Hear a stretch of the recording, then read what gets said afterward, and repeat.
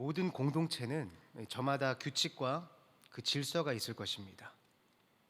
저희 집에도 여러 규칙들이 있지만 그 중에서도 가장 철저하게 지켜야 하는 것이 의자입니다. 제가 정한 것은 아니고요. 저희 집 애들이 정한 것인데, 저희 집에는 거실에 소파가 없기 때문에 어린이용 1인용 소파처럼 생긴 작은 의자를 2개 놨습니다. 이 다른 의자들은 상관이 없는데 이 의자만큼은 저희 애들이 철저하게 자기가 앉아야 합니다. 이 색깔도 2개가 다르기 때문에 두 녀석이 꼭 자기 것에만 앉아야 됩니다.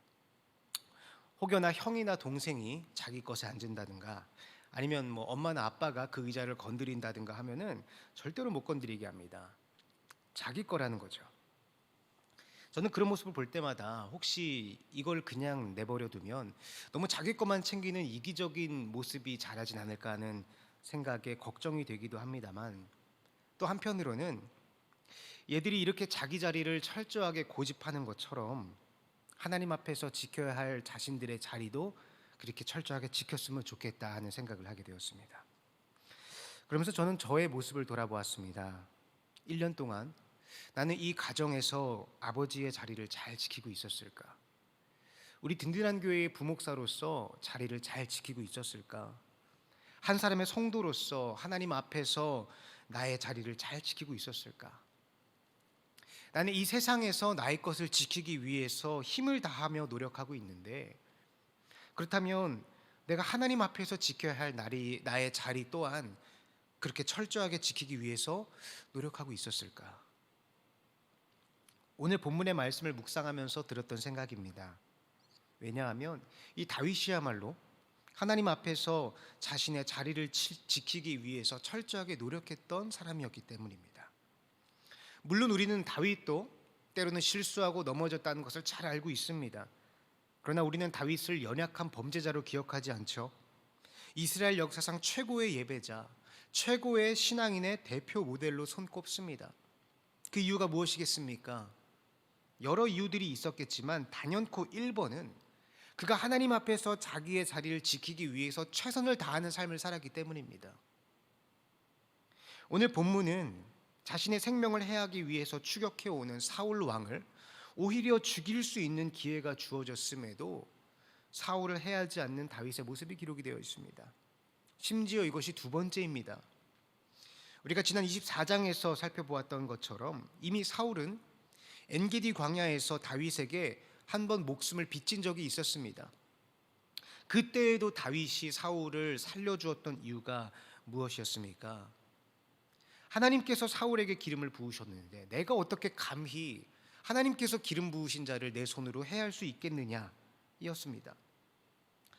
그리고 그 사건을 통해서 사울은 다윗을 축복하면서 다윗의 생명을 해하지 않겠노라고 약속을 분명히 했지만 그 결심은 얼마 가지 못하였고 지금 또다시 다윗을 추격하고 있는 겁니다. 그리고 오늘 본문에서 그때와 똑같은 상황이 발생을 하였지만 다윗은 역시나 사울을 해하지 않았습니다. 그 이유도 동일했습니다. 내가 어떻게 감히 하나님께서 세우신 자를 내 손으로 해할 수 있겠느냐.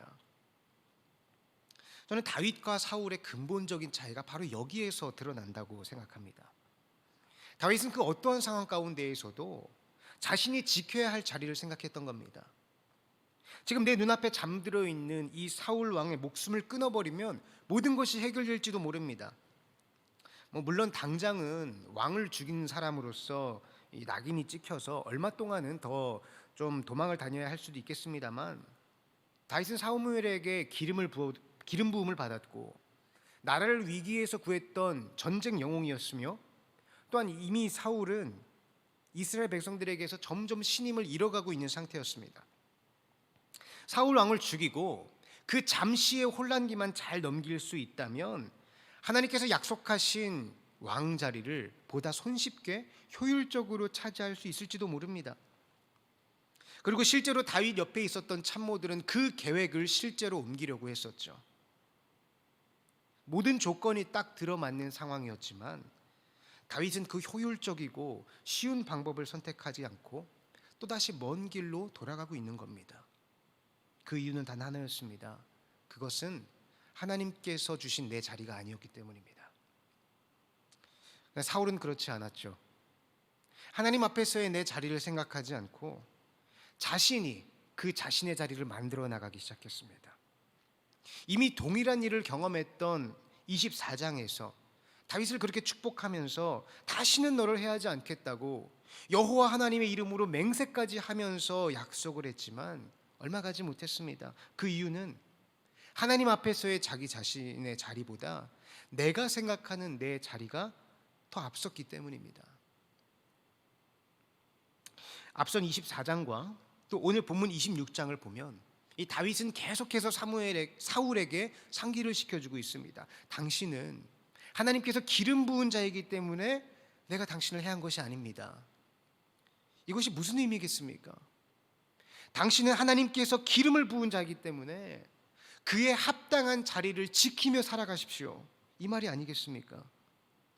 사울이 지금 당장 해야 될 일은 그 자신이 먼저 여호와 하나님 앞에서 바로 서고 또한 이스라엘 모든 백성들이 하나님 앞에서 올바로 서서 신앙의 삶을 살아갈 수 있도록 그들을 잘 이끌어가는 것입니다. 그런데 그런 자리에는 관심도 없고 오로지 내 욕심을 따라 지금 당장 내 마음에 들지 않는 신하 한 명을 죽이기 위해서 온 나라를 들쑤시고 다니고 있는 겁니다. 왕이라는 직책이 얼마나 무겁고 중요한 자리입니까?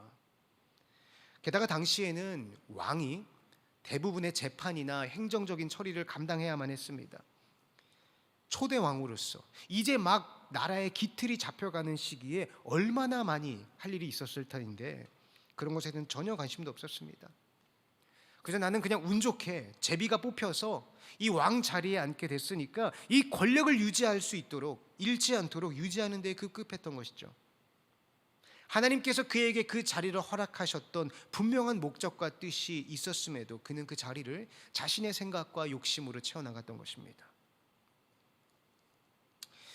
앞선 15장에서 사울은 이미 하나님께 그 왕 자리에서 버림받았습니다. 그리고 이 사실은 이미 사무엘을 통해서 사울에게 직접 전달이 됐습니다. 이제 더 이상 그 자리는 사울의 것이 아니라는 것이죠. 그러나 사울은 그것을 인정하지 못했습니다. 아니, 머리로는 인정했을지 몰라도 마음으로는 인정할 수 없었던 것 같습니다. 그래서 지금 그는 그 자신의 자리를 벗어나서 이 나라 꼴을 엉망으로 만들고 있는 겁니다. 저는 이런 말씀을 묵상할 때마다 과연 하나님께서 주신 하나님 앞에서의 나의 자리는 무엇일까 깊이 생각하게 됩니다. 우리의 삶에는 참 많은 자리들이 있지 않습니까? 가정에서, 직장에서, 교회에서, 그리고 여러 공동체 속에서 우리는 저마다 내가 나에게 주어진 여러 자리들을 가지고 있습니다. 그런데 나는 그 자리를 하나님께서 주신 뜻과 계획을 따라 채워나가고 있을까? 혹시 내 생각으로, 내 욕심으로 그 자리를 채워나가고 있지는 않을까? 사랑하는 성도 여러분, 이 예배가 끝나고 맞이하시는 오늘 여러분들의 첫 번째 삶의 자리는 무엇입니까? 그리고 그 자리에서 그리스도의 향기를 전달하고 계십니까? 이제 2020년이 이틀밖에 남지 않았습니다. 이 바이러스로 인해서 참 어려운 시간을 우리가 보낸 지가 이제 1년이 다 되어 갑니다. 우리의 삶의 자리가 여러모로 많이 흔들리고 무너져 버렸습니다. 그러나 이번 새해에는 우리 교회가 회복이라는 주제로 다시 하나님 앞에 바로 서기를 준비하고 있습니다. 함께 기도하시면서 하나님 앞에서 나의 자리를 잘 세워나가는 우리 모두가 되시기를, 또한 그러한 오늘 하루가 되시기를 주님의 이름으로 축복합니다.